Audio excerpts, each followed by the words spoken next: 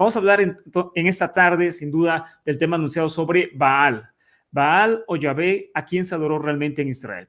Ahora bien, este tema, por supuesto, se ha visto de una u otra forma en unas tantas charlas que hemos tenido en el pasado. Inclusive, en el tema anterior hablábamos que en la religión antigua israelita, estamos hablando sobre todo antes de la monarquía, en la nación de Israel o en la, pues sí, en la... para no hacer los bolas, pues como sabemos, antes del año 700 antes de Cristo, Israel, el pueblo conocido como Israel, se dividía en dos, estaba siempre dividido en dos, que era reino de Judá y reino de Israel. Bueno, en ambos reinos tuvieron dioses distintos al dios Yahvé. Eso lo veíamos en la clase pasada. Y por supuesto, cada uno de ellos merece una explicación en particular. Y hoy veremos el dios Baal, que en la religión, sobre todo cristiana, a Baal se le ve como un dios maligno, un epíteto del mismo Satán, que después hablaré de eso en el canal, pero es como un epíteto, es decir, un título diferente a Satán. De ahí surge ese término de Baal Zebú, etcétera, y todas esas ideas que han sido de repente malentendidas dentro de la religión. Pero para el mundo antiguo, sobre todo el mundo cananeo, Baal no era un dios maligno, era un dios, como en otras ocasiones sucede, era un dios de la fertilidad, un dios de la tormenta, como hoy veremos, un dios que alimentaba a su pueblo cada año, que hacía proliferar, según ellos, las crías del rebaño, por supuesto, la creación de niños, la concepción, las cosechas y todo aquello que hacía posible la existencia en un lugar tan difícil y desértico como es el antiguo cercano Oriente. Ahora bien, Baal, para comenzar en esta tarde, podemos comprender que al leer la Biblia hebrea, conocida también como Antiguo Testamento, queda claro que el culto a Baal fue el mayor opositor a la amenaza del desarrollo exclusivo yavista en el antiguo Israel. Es decir, como ya vimos en el tema pasado, antes de que Yahvé se convirtiera en el Dios más importante de la religión israelita y como es hoy en día en el único Dios de la religión israelita, antes de que sucediera todo eso, Baal y otros dioses tenían un lugar muy especial en el culto israelita. Baal, por supuesto, era una de las mayores oposiciones a ese culto exclusivo al dios Yahvé debido al culto tan impresionante y tan prolífero que tenía en toda esa parte del mundo. Los israelitas, como sabemos, se establecen entre los cananeos, para quienes el culto a Baal era muy importante, ya que Israel es una tierra totalmente dependiente de las lluvias y esto hacía precisamente alguien importante a Baal, ya que las lluvias, es un dios de la lluvia, era la mayor influencia de este dios cananeo conocido como Baal. Ahora bien, en la Biblia hebrea encontramos varios lugares y nombres que contienen la partícula del dios Baal. Eso es importante para aquellos que escuchan por primera vez estos temas, ya que para rastrear el culto de una nación o de un pueblo, es importante mirar los lugares dentro de esa tierra, el nombre de los lugares, conocidos como nombres teofóricos, y también el nombre de las personas, ya que cuando contienen este tipo de partículas de algún dios, es claramente debido a que esa nación o esa familia en específico era un fiel adorador de esta deidad. Ahora, en la Biblia encontramos infinidad, literalmente, infinidad de nombres relacionados a Baal en cuanto a territorios geográficos. Tenemos, por el caso, no voy a poner todos en pantalla porque pues, tenemos hoy mucha información y no queremos abarcar tanto tiempo, pero se los platico rápido. Tenemos en la Biblia a un lugar conocido como Baal Gad en Josué 11:17, Baal Hamón,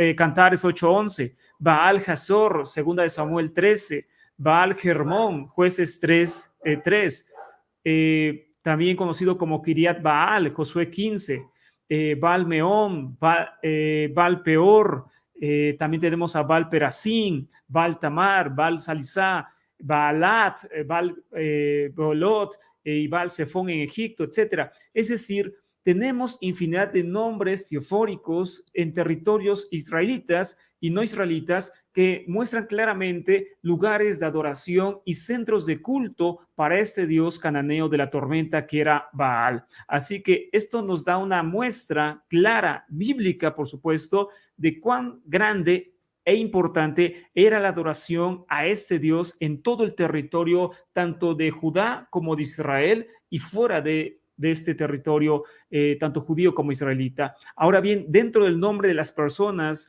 es también impresionante, ya que, por supuesto, en los personajes bíblicos tenemos a hombres y mujeres muy importantes. Dentro de ellos se encuentra el rey Saúl, el rey David y sus hijos. Sin embargo, la misma Biblia hebrea marca que los nombres de los hijos, algunos de los hijos de estos hombres importantes bíblicos, pues tenían también en su nombre la partícula del dios cananeo Baal. Tenemos, por ejemplo, el caso de Ishbal, en español le pusieron Isbal, pero el hebreo es Ishbal, que significa hombre de Baal. Es decir, este nombre no es un nombre aludiendo al dios Yahvé o algo semejante. Es un dios claramente de origen cananeo y es un nombre que claramente atribuye existencia y lealtad al dios Baal y está ni más ni menos que en los reyes bíblicos.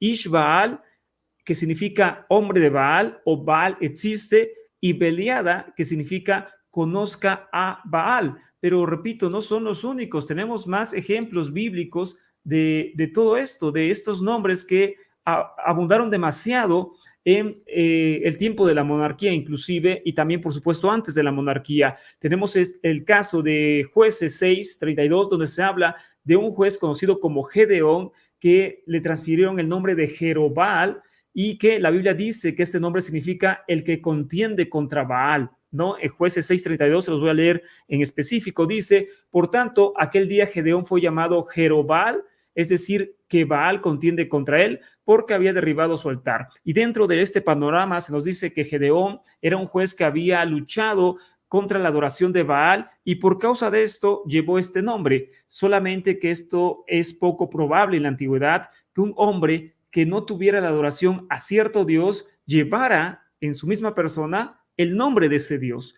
Pero si esto no nos deja claro esta adoración israelita a Baal, inclusive en los llamados personajes bíblicos o héroes bíblicos, tenemos otros tantos nombres, repito, también de los hijos de los reyes. Por ejemplo, el hijo de Saúl que se llamaba Eshbaal, esto está en Primera de Crónicas 8:33, lo tienen en pantalla, que después se distorsionó a Ishboset.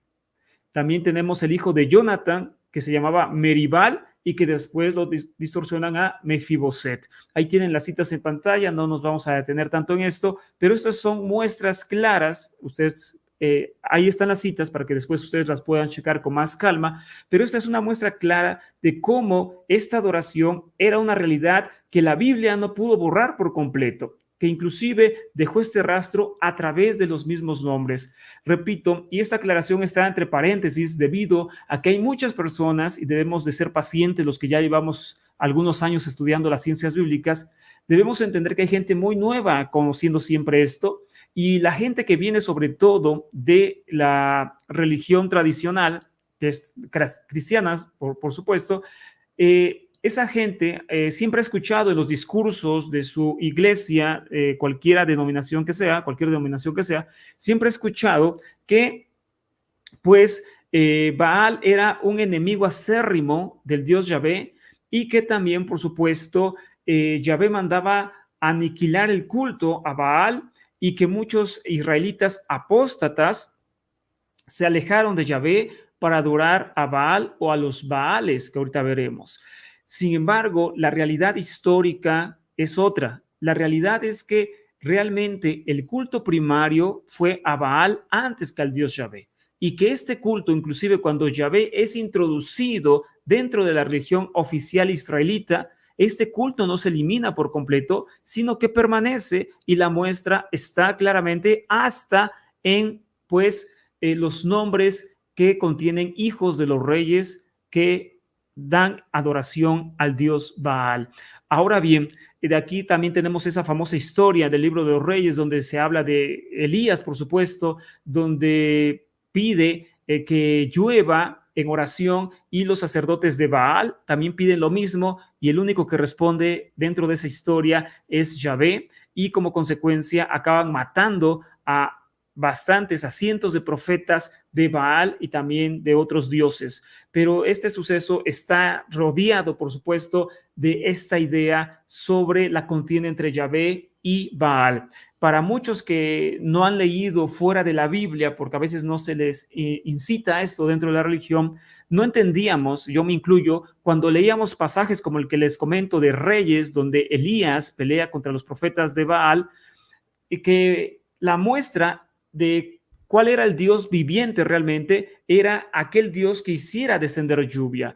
Así que los profetas de Baal intentan hacer que Baal descienda lluvia, y después Elías ora para que descienda lluvia, y así sucede. Y fuego del cielo también. Esto es importante entender porque, repito, nosotros dentro de la religión no sabíamos que esto se da en un entorno mitológico donde Baal es el dios de la tormenta. Y ese episodio, una de las tantas cosas que nos quiere dar a entender es que el único que provoca la tormenta es el dios Yahvé y no el dios Baal, que era, por supuesto, el adorado para todo esto. Una aclaración muy importante es entender que en el politeísmo antiguo de todo el mundo, por supuesto, no solamente de Israel, en el politeísmo antiguo, cada dios tenía una función específica. No es como ahora dentro de nuestro pensamiento religioso, donde un solo Dios provoca todas las cosas, donde un Dios provoca la lluvia, provoca la fertilidad, o provoca un nacimiento o cualquier otra cosa. No, en el politeísmo cada Dios tenía su propio papel, su propio rol. Esto lo digo porque es importante entender que Baal tenía un papel específico por el cual después se busca eliminar del panteón hebreo, del panteón israelita, para atribuir todos aquellos poderes que antes tenía Baal, se los atribuyen al dios Yahvé, como veremos en unos minutos. El tema está lleno de información y créame, no tiene ni un solo minuto de desperdicio, así que quédate hasta el final, porque desde principio a fin veremos cosas muy impresionantes. Ahora bien, Baal, ¿quién era? Baal era el hijo del dios El en la mitología cananea, y también a la vez hijo de la diosa madre llamada en Ugarit Atirat, y la cual los hebreos conocieron como Asherá, la cual veremos en otro tema. Entonces, este es Baal, un hijo menor. Baal no era el hijo, el dios supremo de esa región, sino solamente un hijo principal, por supuesto, el principal del dios supremo, que era en ese caso El, así se llamaba, y de la diosa Atirat, conocida después en la religión hebrea como Asherá. Ahora bien, podemos resumir el ciclo de Baal, que es realmente la mitología de Baal, es decir, la historia del dios Baal mitológica, en tres secciones principales muy resumidas en esta tarde. En primer lugar, Baal tiene un conflicto con el dios del mar, Yam, y eso es muy importante porque a continuación te voy a poner algo que te va a tirar de la silla, como siempre decimos. Solamente espera un segundo y verás lo que sigue. Pero para que entiendas lo que sigue, debemos comprender cómo se concebía mitológicamente al dios Baal. Él tiene una historia, una tradición, una mitología que no está en la Biblia, por supuesto. Esta mitología la aprendemos de tablillas que se encontraron hace años en una ciudad antigua conocida como Ugarit, que se encuentra en la actual Siria, en un lugar conocido como Ras Shamra. Ahora bien, dentro de estas tablillas se narra el conocido ciclo de Baal o mitología del dios Baal. En él se dice que Baal tenía un conflicto con otro dios, que era el dios del mar llamado Yam. Actualmente en hebreo así se dice mar, Yam, que es el nombre de un dios cananeo, imagínate. Ahora bien, el dios del mar que pelea contra este otro dios Baal, y Baal sale victorioso y exaltado como un rey.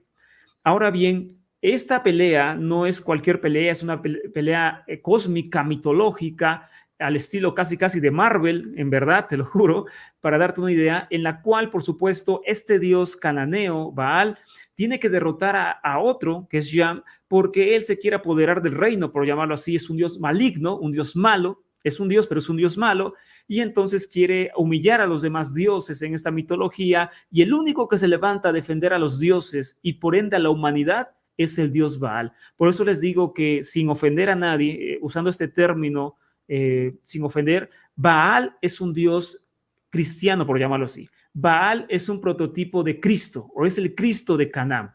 Estos dioses redentores, vicarios, estos dioses que mueren por la humanidad, que bajan al infierno por la humanidad, que mueren con tal de traer bien a la humanidad y a otros dioses, existen en todas las culturas. En Egipto tenemos a Horus, hijo de Osiris, en Babilonia tenemos a Tammuz, y así sucesivamente. Aquí en México tenemos a Quetzalcóatl, que es un dios vicario, un dios que baja a los infiernos para traer el maíz al ser humano y después muere para regresar por segunda vez a su pueblo. ¿Has escuchado eso? Pues eso no lo inventó el cristianismo, eso ya está en muchas mitologías.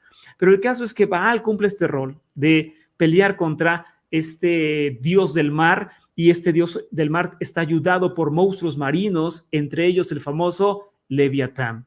Leviatán, que en Ugarit se conoce como Lotán, es un dios, un monstruo, perdón, marino, que es ayudante del dios Yan, con el cual Baal tiene que combatir para poder vencer a este dios maligno que se quiere apoderar del universo, por llamarlo así. Y entonces, ahorita veremos algo muy interesante sobre esto, solamente recuerda este punto.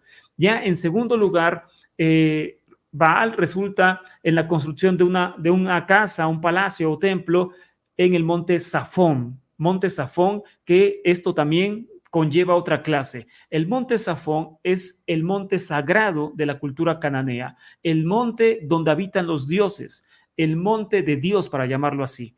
Y con su contraparte, después en la Biblia, el monte Sión. Algo muy interesante es que el monte Safón aparece referenciado en la Biblia hebrea. Repito, esto conllevaría otro tema en sí, pero monte Safón está referenciado en la Biblia hebrea y muchas veces se le conoce como los lados del norte. Por ejemplo, tenemos ese episodio de Isaías 14, repito, aquí no me voy a alargar porque tenemos más información y no nos podemos desviar, pero solamente para darte una idea de la riqueza de estos temas, tenemos en Isaías 14, 13 lo siguiente: tú que decías en tu corazón, subiré al cielo, en lo alto, junto a las estrellas de Dios, levantaré mi trono y en el monte del testimonio me sentaré a los lados del norte. Isaías 14:13. Este pasaje después se toma como una especie de mitología del Satán, que supuestamente ahí se le habla al Satán, que es cuando cayó del cielo y todo eso, ¿no?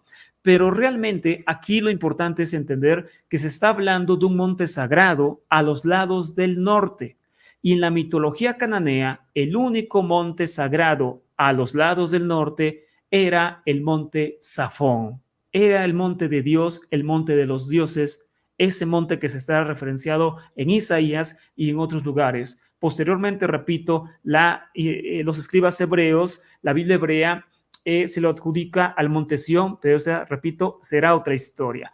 Por ahora podemos entender que ese es el monte sagrado de Ugarit, que también la Biblia lo nombra como un monte sagrado, el que está a los lados del norte. Por eso muchos cristianos, yo lo escuché en mis días de cristiano, muchos pastores dicen, ¿en dónde está el cielo? ¿En qué parte está el cielo? Si tú pones una brújula, ¿en dónde está el cielo? Bueno, dicen, el cielo está en el norte, porque la Biblia ahí lo marca, está en los lados del norte. Así que si tú quieres ir al cielo o acercarte al cielo, tienes que caminar hacia el norte. Y a veces decían, por eso las brújulas siempre marcan hacia el norte, porque hacia allá está el cielo.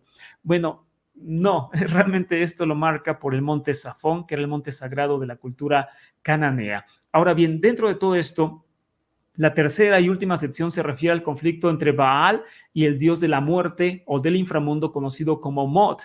Y por supuesto, en primer lugar, Baal es tragado por este dios de la muerte, Mot, lo que resulta en el cese de la lluvia, ya que ya no está el dios que la provoca, que es Baal, y a esto le sigue una especie de resurrección, entre comillas, de Baal, que presagia el regreso de la lluvia y garantiza la fertilidad. Estoy resumiendo lo más que puedo este punto de Baal porque es más, pero más extenso. Ahora bien, les decía, el punto primero era el que tenías que recordar, porque ahorita vamos a ver algo que te va a tirar de la silla. Aquellos que no lo han visto en estos temas, créame que esto pues te gustará y a la vez no te gustará escucharlo, debido a que pues va a golpear ciertas creencias tal vez muy apegadas que tienes. Ahora bien, decíamos que en el principio del ciclo de Baal, Baal tiene que pelear contra los monstruos marinos para derrotar al dios maligno del mar conocido como Yam. Ok, dentro de la mitología entonces cananea, como parte de estas batallas cósmicas, Baal, el Cristo cananeo, debe de luchar contra monstruos marinos y derrotarlos para traer nuevamente tranquilidad y creación al cosmos. Y en una parte de las tablillas de Ugarit dice lo siguiente: aunque aplastaste a Leviatán, la serpiente huidiza, acabaste con la serpiente tortuosa, al tirano de 7 cabezas, y se arrugaron y aflojaron los cielos como el ceñidor de tu túnica. Escrito, extraído de las tablillas de Ugarit, canto del dios Mod hacia Baal, y aquí se encuentra la referencia de las tablillas de Ugarit. Ahora bien, por lo tanto, debemos entender esto muy importante. Aquí este verso está en torno a que él, para este momento, supuestamente, Baal ya había derrotado al dios maligno del mar y había matado a su criatura maligna, que era el Lotán o el Leviatán, ¿no? Y es por eso que cuando le toca enfrentarse al siguiente dios, que es Mod, el dios de la muerte, Mod le dice esto: aunque hayas matado al Leviatán, aunque hayas vencido al dios del mar, conmigo no podrás, ¿no? Parafraseando, por eso dice este canto, el dios de la muerte, al dios Baal. Pero lo importante es entender que aquí se le adjudica claramente a Baal la muerte de la serpiente de 7 cabezas, que es el Leviatán, ¿ok? La serpiente de 7 cabezas. ¿Y esto por qué lo decimos? Por el siguiente pasaje que ha estado en tu Biblia toda la vida. Esto lo tienes en la Biblia también. Posteriormente, esta mitología cananea aparece ya atribuida al dios Yahvé. En el Salmo 74, versos 3 y 14, entre muchos otros pasajes que hay, dice lo siguiente hablando de este tema: tú dividiste el mar con tu poder, quebraste las cabezas de los monstruos en las aguas, tú aplastaste las cabezas del Leviatán, lo diste por comida a los moradores del desierto. Entonces, en este salmo ya se le atribuye la muerte de este ser mitológico a quién, a Yahvé, cuando obviamente esta mitología era siempre dedicada al dios Baal. Esto lo comento porque vamos a pasar a esta parte del tema donde entendemos que todo este entorno mitológico, toda esta adoración, toda esta mitología de Baal es transferida al dios Yahvé. Entonces, desde este momento, en cierta parte de la historia de la religión israelita, para quitar obviamente la devoción a este Dios, se le empiezan a adjudicar todo lo que había hecho Baal, todas sus batallas cósmicas, todas sus victorias cósmicas, etcétera, etcétera. Todo se le empieza a adjudicar ahora a quién. Ahora se le empieza a adjudicar al Dios Yahvé y se empieza a fusionar con este Dios cananeo para así eliminar por completo o tratar de eliminar por completo la adoración al Dios amado cananeo Baal. Ahora bien, Baal era, según se creía, el dios bajo cuyo dominio estaba la lluvia y por consiguiente también la vegetación.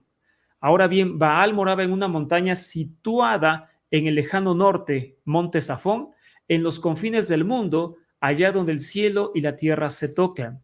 Baal recibe varios nombres, como Sabul, que significa Señor de la tierra, cuyo reino era eterno para todas las generaciones. También recibe el nombre de Señor del cielo y el jinete de las nubes, mismo título que se le da después a Yahvé en el Salmo 68:4, y esto no es casualidad. Pero ahí continúa el tema. Su gran enemigo era Mod. Su gran enemigo de Baal era Mod, la muerte, en cuyas manos cayó, por lo que cesaron la vegetación y la concepción. El dios El y Baal son títulos que después se aplican al dios Yahvé, el dios de Israel. Uno de los guerreros de David, por ejemplo, se llamaba Bealías, que significa Yahvé es Baal. Esto es para tirarse de la silla. Porque obviamente en español, y esto por eso lo recalco, cuando leemos la Biblia en español, fuera de cualquier contexto histórico, religioso, antiguo y demás, pues no entendemos nada. Nosotros podemos estar leyendo este pasaje que te voy a leer a continuación y no entendemos absolutamente nada. Primera de Crónicas 12, cuando habla de los valientes de David, de todos aquellos guerreros que estuvieron con él peleando siempre, se nombra a este soldado peculiar. Y dice, Primera de Crónicas 12:1 y verso 5 lo siguiente: y estos son los que vinieron a David en Siclag mientras aún se ocultaba por causa de Saúl, hijo de Cis. Eran de los hombres valientes que le ayudaron en la guerra. Elusai da una lista, pero en el verso 5 dice Elusai, Jerimot, Bealías, a veces lo traducen solamente como Belaía, Semarías, Cefatías, Jarufita. Ok, entonces repito, cuando leemos en español este tipo de pasajes, no pasa nada, no entendemos nada y decimos, pues sí, así se llama, va y punto. Pero cuando entendemos este entorno, por eso es indispensable las ciencias bíblicas, inclusive para poder estudiar religión, inclusive para poder entender realmente la Biblia, necesitamos las ciencias bíblicas. Pero el caso es que Bealías significa Yahvé es Baal o Baal es Yahvé. Que Baal, por supuesto, el título Baal por sí mismo solamente significa Señor, ¿no? Eso es lo que significa Baal. Baal significa Señor. Sin embargo, aquí está en un entorno diferente que, por supuesto, podemos decir Yahvé es Señor, pero seguimos con más pasajes en la misma Biblia que nos confirman que aquí nos habla de una fusión entre dioses, así como existe la fusión entre el dios El, que es el dios principal cananeo, y Yahvé. Por eso hay muchos pasajes en la Biblia que dice Yahvé El o Yahvé Elohim o El Shaddai, etcétera. Conjuga los dos nombres, Yahvé El, Yahvé Elohim, porque los dos dioses habían ya ahí también fusionado. Ese tema ya se dio acá también en el canal, está gratis, lo pueden buscar. Y después se une también y se fusiona con el dios Baal. Y por ende el nombre aparece como Bealías, que significa Baal es Yahvé o Yahvé es Baal. Yahvé es el Señor. Y aquí obviamente es una forma de destronar al dios Baal. Repito, pero esto no es una interpretación mía ni una mala interpretación de este nombre. Tenemos más testimonios en la misma Biblia. Muchos preguntan, pero ¿para qué usas la Biblia si estás hablando de historia y no sé qué? Porque la gente solamente a veces entiende a través de la Biblia, sobre todo cuando está en la religión, porque desconoce cualquier autoridad fuera de la Biblia, o bien cree que cualquier libro fuera de la Biblia es un libro mentiroso, un libro estafador, un libro que no sirve para nada, aunque sea de los más eruditos. Y entonces la Biblia es lo que le da a entender a veces esta clase de temas. Y por eso usar la Biblia para enseñar ciencias bíblicas es vital para mí, para que la gente pueda entender y aceptar este tipo de temas. Entonces la misma Biblia dice lo siguiente: Yahvé podría ser equipado con Baal o equiparado, como lo indica Oseas 2, 16 y 17, la Biblia. Biblia hebrea dice en Oseas 2, 16 y 17: sucederá en aquel día, declara Yahvé, que me llamarás Ishi, que significa mi esposo, y no me llamarás más Baalí, mi señor, porque quitaré de su boca los nombres de los Baales y nunca más serán mencionados por sus nombres. Entonces, esto claramente significa que el nombre Yahvé estaba ya fusionado con el dios Baal, o bien la adoración a Yahvé estaba fusionada con el dios Baal, y por eso Oseas recalca claramente: voy a quitar esa fusión o voy a quitar esa mezcla y voy a limpiar o purificar mi nombre, mi culto, para que ya no tengan nombres de Baales en sus labios.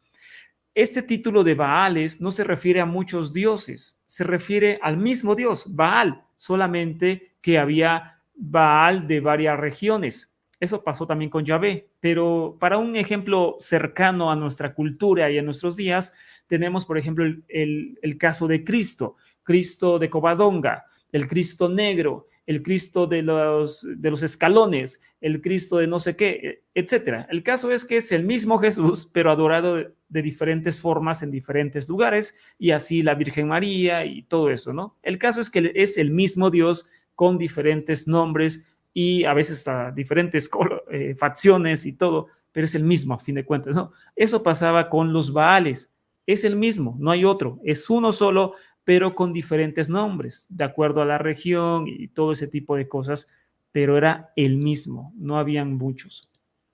Aquí tenemos una imagen de Baal con su tridente en la mano, porque era el dios del trueno, el dios de la tormenta. Aquí tenemos otra vez al buen Baal, muy bonachón, diciendo que es el number one, el número uno.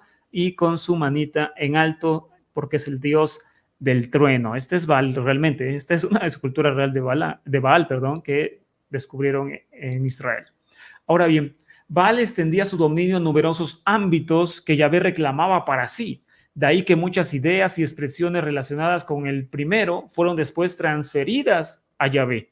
Esto resulta especialmente cierto con respecto a la tempestad, es decir, la lluvia que Baal personificaba.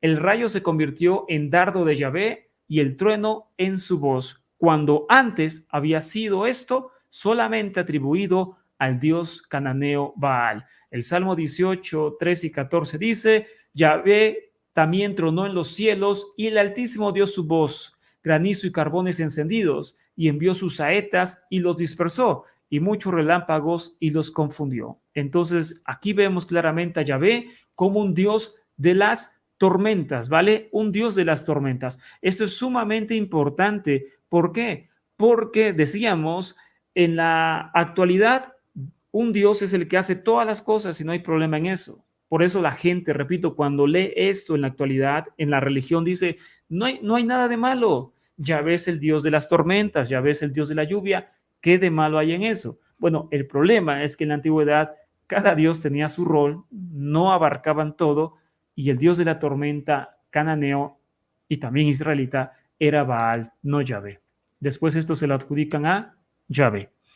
Las apariciones dramáticas de Dios sobre la tierra podrían ser descritas como tempestad, con nubes negras y humareadas, truenos o sonidos de trompeta, relámpagos y temblores en la tierra, como es el caso de la entrega de la ley de Moisés, de los 10 mandamientos en Éxodo 19, donde habla de esto, que la manifestación, la teofanía del Dios Yahvé ocurrió a través de todos estos fenómenos de truenos, relámpagos, nube y fuerte sonido de trompeta, y el pueblo esperaba. Éxodo 19, 16. Así que tenemos estas imágenes de un Dios de la tormenta nuevamente en Éxodo, en la entrega de los 10 mandamientos.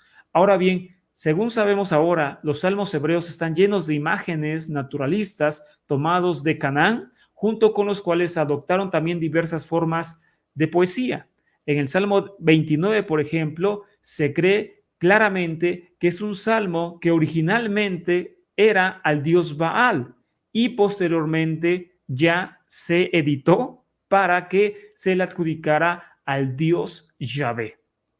Así que por supuesto esto es impresionante, porque entonces este salmo que hemos leído durante toda nuestra vida, donde habla de lluvia y todo ese tipo de cosas, era un salmo cananeo que no pertenecía a Yahvé, después adaptó para él. Por ejemplo, dice: rendir a Yahvé la gloria de su nombre, postraros ante Yahvé en esplendor sagrado. Estoy leyendo el Salmo 29 desde el verso 12 en adelante. Voz de Yahvé sobre las aguas, el Dios de gloria truena, es Yahvé sobre las muchas aguas.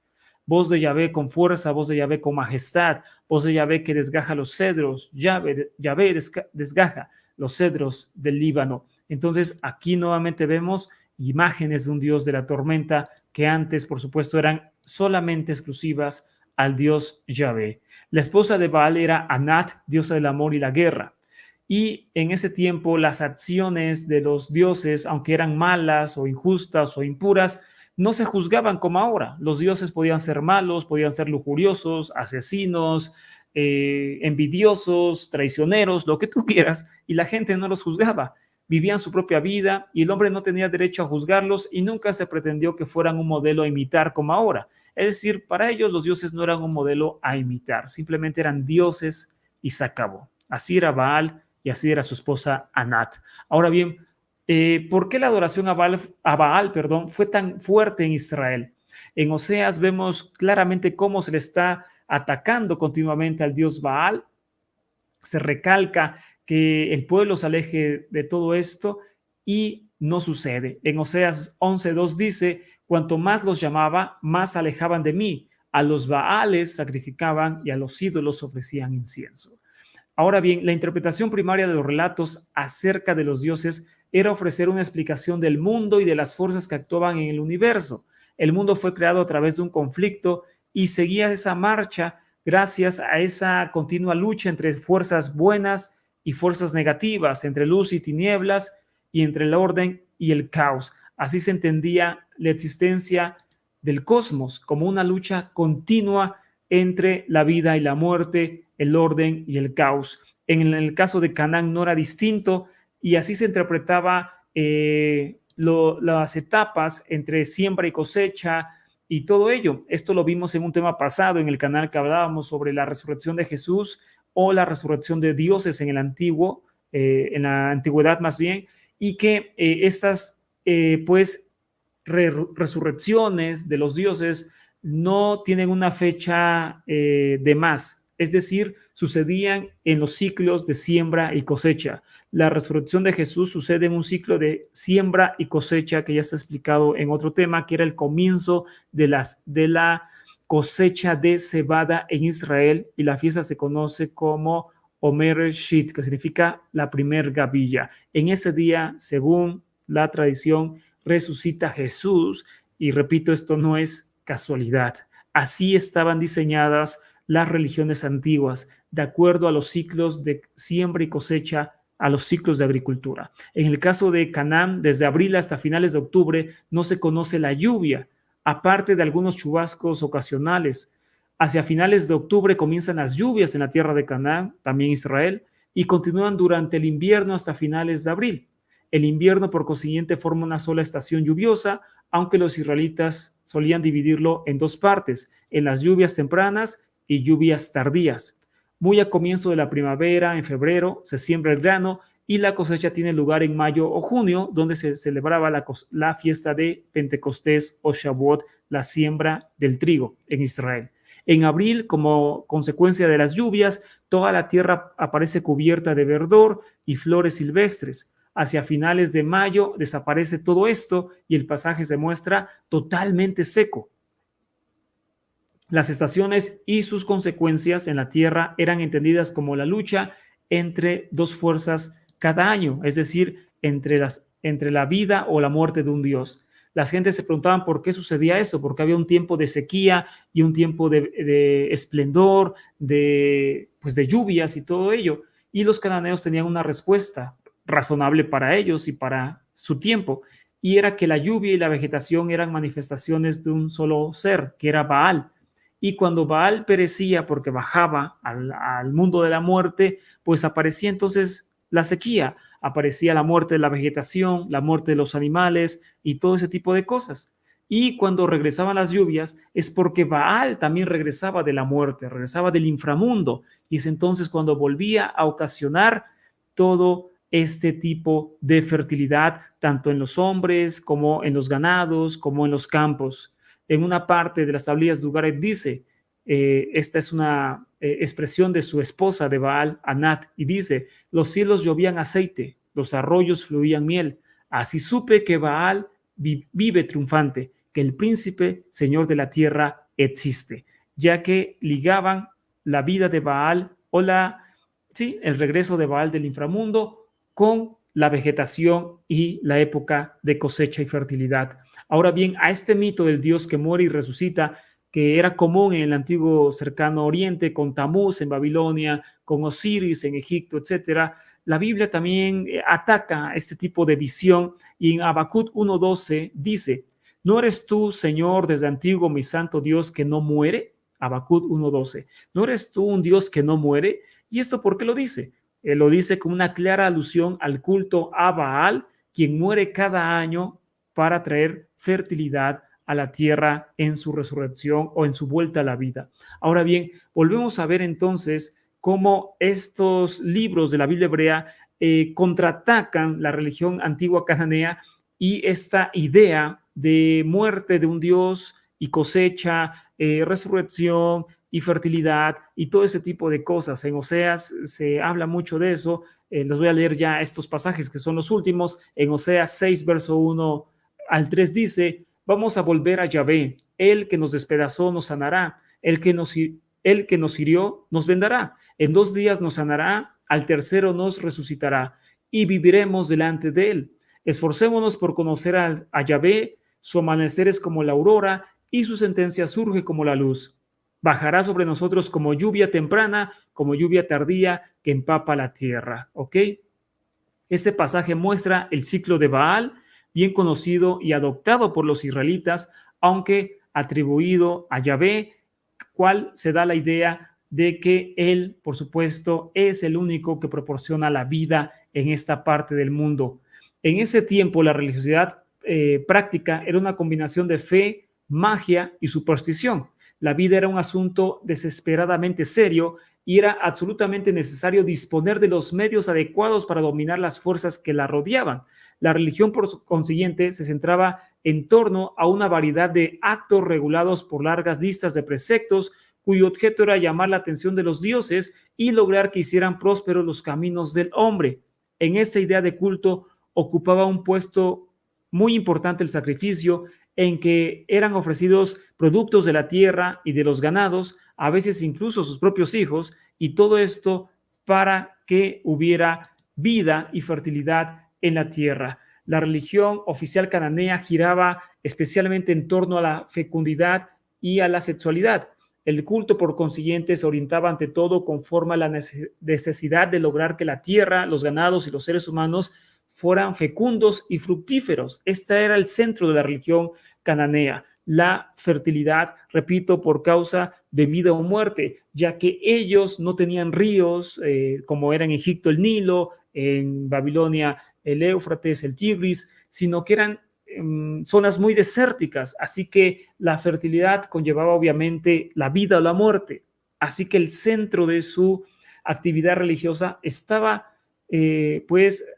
enfocada en esto, en hacer que los dioses trajeran lluvia e hicieran fértil todo lo habitable. Por eso muchos de los relatos mitológicos se presentan relacionadas a estaciones de fertilidad de la tierra, y en estas festividades religiosas la llamada prostitución sagrada, tanto de hombres como de mujeres, era una cosa muy común y que se practicaba en esta religión y en los centros de culto, incluyendo el templo de Jerusalén, como la misma Biblia lo relata, no es mi idea. Tenemos Segunda de Reyes 23:7, ya estamos acabando, y dice, derribó los lugares de prostitución idolátrica del templo de Yahvé, donde las mujeres tejían tiendas para Asherá, que este será el siguiente tema, los cultos a la diosa madre, a la diosa Asherá, y que, por supuesto, conllevaban los ritos de fertilidad, los cuales incluían la famosa prostitución sagrada, es decir, relaciones con sacerdotisas dentro del mismo templo de Jerusalén, no en otro lugar. Y esto, repito, lo veremos en un tema posterior donde se hable de la adoración a la diosa madre. Ahora, ya prácticamente para acabar este tema, debemos comprender que en esta religión antigua se ignoraban las ideas de cielo, infierno, premios o castigos en el más allá. Todos tenían un fin, que era el lugar de los muertos. Y haciendo spoiler, aquí me adelanto que en la próxima semana en el canal veremos la idea de la muerte y el más allá en la religión israelita antigua. La muerte y el más allá en la religión antigua israelita lo veremos en 8 días en el canal, pero basta decir que para ellos no hay cielo, no hay infierno, no hay castigo, no hay recompensa más allá de la muerte. Todos van al mismo lugar, que es la región de los muertos, el Sheol. Por eso las ideas de los hebreos sobre el orden cósmico, el cielo, la tierra y el mundo inferior eran las mismas que profesaba todo el mundo semítico. Cambiaron cuando tuvieron influencia sobre todo de los griegos y de la religión persa, pero antes de eso sus ideas eran iguales al mundo semita, en este caso al cananeo. Fueron tantas las cosas que Israel imitó de la religión cananea que resulta virtualmente imposible establecer entre ambas una diferencia. Es decir, antes del exilio babilónico, cabe aclarar, antes del exilio babilónico, la religión israelita y la religión cananea prácticamente eran una. Esto es importante porque yo sé que en la fe, en la religión te han enseñado que Israel siempre se diferenció de los demás pueblos, que fue diferente en su adoración, que fue monoteísta, que no fue idólatra y todo ese tipo de cosas. Bueno, eso no es una realidad histórica. Israel sí fue idólatra, fue politeísta, y no solamente un grupo, como se hace entender en la Biblia, un grupo de apóstatas que eran malévolos, que se alejaron de Yahvé y adoraban ídolos. No, era todo el pueblo, tanto reino de Judá como reino de Israel. todos eran iguales y no tenían ninguna diferencia con sus vecinos cananeos.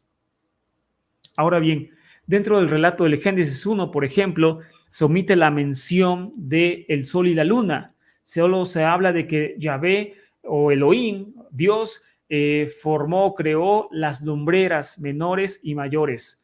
Y esto es importante entenderlo, ya que es una forma de borrar en el colectivo judío las imágenes de estas divinidades, ya que el sol y la luna, como vimos en el tema pasado, también eran dioses antiguos, por eso se omiten en Génesis, solamente se habla de lumbreras y hasta ahí. Otros ejemplos de esto, de cómo se empezó a borrar el rastro de los dioses antiguos, es a través de otra frase muy popular que aparece en Génesis 1, 22 y 28, donde se dice que tanto los hombres como los animales deben reproducirse y ser fructíferos y multiplicarse. Con esto se puede entender como un asalto directo a cualquier intento de atribuir poder reproductivo a una diosa o a un dios, en este caso Baal o Asherah, en la medida de que el poder de reproducción es dado explícitamente por Dios a las criaturas y no necesitan obtenerlo de otras deidades, ya que ellos lo poseen directamente. Este pasaje y esta expresión no está de más en la Biblia. Es un ataque directo a los dioses de la fertilidad, que eran los más amados. En este caso, Baal y la diosa Atirat, o conocida con los israelitas como Asherah, que esa será la siguiente clase. ¿Ok? No te la pierdas, muy interesante. Entonces, esta es una forma en que los escritores bíblicos estaban buscando eliminar a toda costa el rastro de estos dioses adorados muy fuerte, muy devocionalmente en la tierra de Canaán, que eran los dioses de la fertilidad. Repito, entre ellos el que vimos hoy, el dios Baal, y el que veremos en la próxima clase, que es la diosa madre, la reina del cielo, la diosa Asherah. ¿Ok? Hasta acá la plática de esta tarde, y antes de pasar, yo creo, a preguntas, veremos la bibliografía de esta tarde para aquellos que les gusta investigar a fondo, porque obviamente este es un tema muy ligerito, es muy hecho para todo mundo, así que quien quiera pues meterse de lleno en esos temas tiene todo el ánimo de hacerlo, y libros recomendados para investigar sobre estos temas muy interesantes es Yahvé y los dioses y diosas de Canaán, de John Day. Es un libro muy bueno sobre estos temas. También este libro, que es fantástico, para mí es uno de los mejores que yo he leído sobre estos temas en toda mi vida. Se llama La historia de la religión de Israel en tiempos del Antiguo Testamento, de Rainer Albers. Este estudio o libros están divididos en dos. Tiene uno que va desde el principio de Israel hasta el exilio babilónico, y otro que es desde el exilio babilónico hasta los días del Segundo Templo. Magníficos ambos libros de Rainer Albers. Historia de la religión de Israel en tiempos del Antiguo Testamento. También tenemos este libro que se llama Mitos, leyendas y rituales de los semitas occidentales, donde aparece el famoso ciclo de Baal. Y, por supuesto, edición y traducción de Gregorio del Olmo Leté. Está en español, y aquí es donde aparece esto que te conté de quién era Baal, la mitología del dios Baal. También tenemos este escrito que está gratis en internet, que se llama Ugarit y la Biblia, y entonces de Guillermo Calderón Núñez, y está gratis en internet. Cualquier persona puede acceder a ellos con solamente teclear este título y pues disfrutar de este estudio, que también está muy bueno. No es un libro, es solamente un escrito, pero vale la pena. Ugarit en la Biblia, de Guillermo Calderón Núñez. Y este que también está gratis, que se llama El Salmo 29, algunas observaciones filológicas sobre el texto hebreo y griego, de Claudio Basevi. El Salmo 29, que es el salmo que te comento, que realmente era del dios Baal y después se le atribuye al dios Yahvé en la Biblia hebrea, ¿vale? Este artículo también está gratis en internet, lo puedes buscar sin ningún problema.